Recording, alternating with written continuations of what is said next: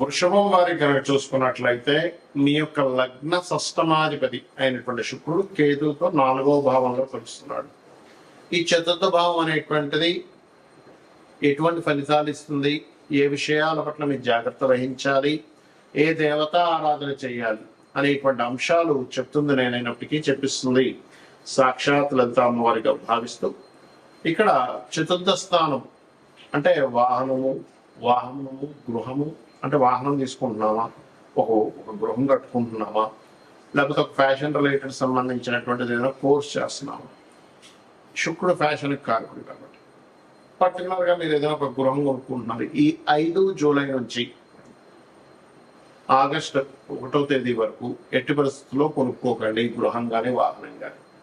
ఏమవుతుంది అంటే ఏదో ఒక డిస్టర్బెన్సెస్, కొనుక్కున్న కొద్ది రోజులకి ఏదో గీత పడడం, ఏదో చిన్న చిన్న డిస్టర్బెన్సెస్ రావడం వెహికల్కి, లేదా తెలియకుండానే శుక్రకేతులు కలయికున్నప్పుడు వృషభం వారి కనుక ఇల్లు కట్టుకుంటే ఆగ్నేయ దోషము ఇల్లు కట్టుకుంటారు తెలియక. అంటే అలాగా అక్కడ ఏదో ఇరుగ్గా కట్టడం, లేకపోతే ఆ ఇంటికి మనం అనుకుంటాం ఈశాన్యం పెరిగిందని, అబ్బాయి ఇంకేంటంటే ఈశాన్యం పెరిగిన బిట్టు నార్త్ ఈస్ట్ బిట్టు అంటూ ఉంటారు గొప్పగా.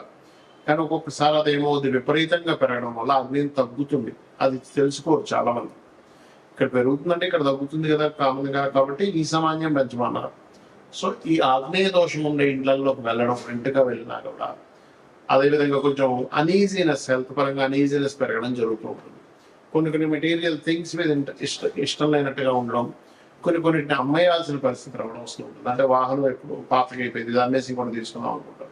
కానీ ఫస్ట్ ఇది అమ్మండి, ఒకవేళ అమ్మాలనుకుంటే. కానీ కొత్తది తీసుకునే విషయంలో మాత్రం ఖచ్చితంగా జాగ్రత్త తీసుకోండి. అలాగే మీ యొక్క జీవిత భాగస్వామికి కూడా ఉద్యోగ సంబంధించిన విషయంలో మార్పులు ఇస్తుంది. మీ యొక్క లగ్నానికి చతుర్థ భావంలో ఉండేటువంటి గ్రహాల యొక్క ఇది. అదేవిధంగా సంతానాన్ని విదేశాలకు పంపించే విషయంలో 1-4 సార్లు ఆలోచించుకొని వీళ్ళని ఇప్పుడు పంపించాలా వద్దా, ఇది సరైన సమయమా కాదా, జెన్యూన్ పర్సన్స్ దగ్గరికి వెళ్తున్నారు లేదా అనేటువంటి విషయాన్ని కూడా చాలా స్పష్టంగా మీరు అర్థం చేసుకోవాలి. అలాగే ఇంట్లో ఒక్కొక్కసారి మరమ్మతులు, వాస్తు సంబంధించిన చేంజింగ్స్ చేస్తూ ఉంటారు. అందులో ప్రధానంగా మీరు ఈశాన్య దిశ కానీ ఆగ్నేయ దిశలో కానీ ఈ దిశల్లో మరమ్మతులు చేసేటప్పుడు కానీ, అంటే కొన్నిసార్లు అక్కడ కూడగొట్టేది చేస్తున్నారు, సరిగ్గా చేస్తున్నారు లేదు, ఎందుకంటే దానివల్ల కూడా మీకు దోషం ఏర్పడుతుంది. ఇక మీరు నిత్యము చేయవలసింది విష్ణు సహస్రనామాలు, లక్ష్మీ గణపతి యొక్క ఆరాధన చేయడానికి చాలా బాగుంటుంది. ఈ శుక్రకేతువుల యొక్క కలయిక కనుక మీ జన్మజాతకంలో ఎక్కడుంటే అలాంటి ఫలితాలు ఉంటాయి అనేటువంటిది ఉంటుంది. అయితే ఇక్కడ మీరు అర్థం చేసుకోవాల్సింది ఏంటంటే పాయింట్ నెంబర్ 1, శుక్రుడు కేతు క్లోజ్ కంజంక్షన్ లో ఉన్నారా, దూరంగా ఉన్నారా. అంటే ప్రతి రాశికి 1 నుంచి 30 డిగ్రీలు ఉంటాయి. ఇది ఎక్కడో 30 డిగ్రీల్లో, ఇది ఎక్కడో 1 డిగ్రీలో ఉంటాయి. దాన్ని కంజంక్షన్ గుర్తుపెట్టుకోండి. దాన్ని మీరు కంజంక్షన్ గా తీసుకోండి. కనీసం 10 డిగ్రీల లోపలైనా ఉండాలి, లేకపోతే ఒకే ఏక నక్షత్రంలో ఉండాలి. అంటే అలాగా మీకు అశ్విని నక్షత్రం ఉంది ఉదాహరణకి, 13.20 డిగ్రీల అశ్విని నక్షత్రం ఒకే నక్షత్రంలో ఉన్నా కొంత ఎఫెక్ట్ ఉంటుంది. కానీ మీకు డిఫరెంట్ నక్షత్రాల్లో ఉన్నప్పుడు దాని ప్రభావం తగ్గుతుంది, గుర్తుపెట్టుకోవాలి. రైట్. అయితే ఇక్కడ మీకు ఎప్పుడైనా సరే శుక్రకేతులు ఉంది అనగానే వెంటనే వాళ్ళ ధనహీనత వస్తుంది, లేకపోతే వెంటనే వాళ్ళకి వివాహం అవ్వదు, స్పర్మ్ కౌంట్ తక్కువ ఉంటుంది, లేకపోతే స్త్రీలతో గొడవలు అవుతాయి, ఇలా వెంటనే డెసిషన్ తీసుకోకూడదు. ఎందుకు అంటే మీకు శుక్ర మహాదశ కానీ కేతువు యొక్క మహాదశ కానీ జీవితంలో రానప్పుడు, లేనప్పుడు ఆ యొక్క నెగిటివ్ ఫలితాలు రావు, గుర్తుపెట్టుకోండి. ఎప్పుడు జరుగుతుంది అంటే మీరు ఉదాహరణకి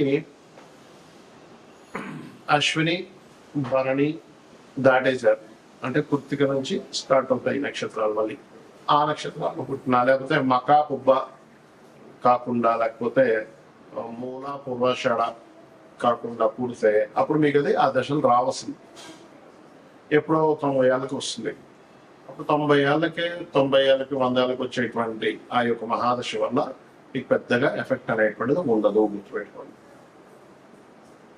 కాబట్టి ఈ యొక్క విషయం చూసుకోవాలి. సరే, క్లోజ్ కంజంక్షన్ లో ఉందండి, మాకు ఆ మహాదశలు కూడా వచ్చాయి, ఏమిటి పరిస్థితి? ఇక్కడ మీకు లగ్నం నుంచి 12 భావాల్లో క్లోజ్ కంజంక్షన్ లో ఉంటే ఈ ఫలితం వస్తుంది, ఆ మహాదశ అంతర్దశలు వస్తాయి. లగ్నంలోనే ఉందనుకోండి, అప్పుడు మనిషి ఒక తెలియని ఒక విరక్తి భావంలో అసలు లైఫ్ వెళ్తూ ఉంటుంది.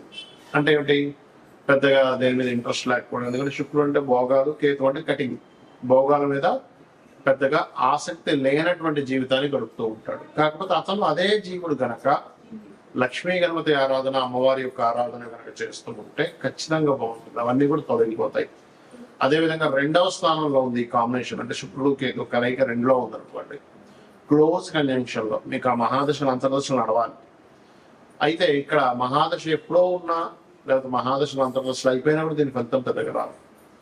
ఉన్నప్పుడు మీకు ధనస్థానంలో ఉంది కాబట్టి ధన విషయంలో ఆ యొక్క పర్టికులర్ ఇయర్స్ లో, ఆ యొక్క సమయాల్లో ధనం ఎవరికైనా ఇచ్చేటప్పుడు కానీ తీసుకునేటప్పుడు కానీ చాలా జాగ్రత్తగా ఉండాలి.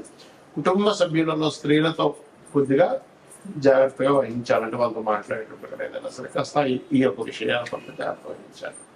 ఇక 3వ భావంలో ఉందనుకోండి శుక్రకేతు క్లోజ్ కంజంక్షన్ లో మహాదశ అంతర్దశ నడిచేటప్పుడు మీరు సిబ్లింగ్స్ తో లేకపోతే మధ్యవర్తిత్వంగా ధనం ఇచ్చే విషయంలో ఒకసారి మీడియేటింగ్ చేస్తూ ఉంటారు.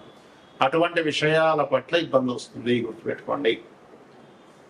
అలాగే 4వ భావంలో ఉంది. ఆ సమయంలో మీరు వాహనం కానీ గృహం కానీ కొనుక్కోకూడదు, మీ పేరు మీద కొనకూడదు.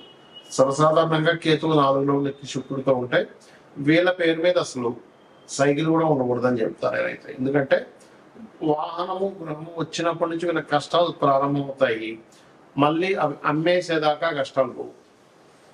కాకపోతే వీళ్ళు ఎవరైనా వీళ్ళ జీవితంలో వీళ్ళ తాతముత్తారు కదా ఇతనే కానీ అమ్మవారి ఆలయాన్ని కనుక కట్టించినట్లయితే ఆ దోషం వీళ్ళకి వర్తించదు. ఎందుకంటే అది ఆ రూపంలో యోగంగా మారింది.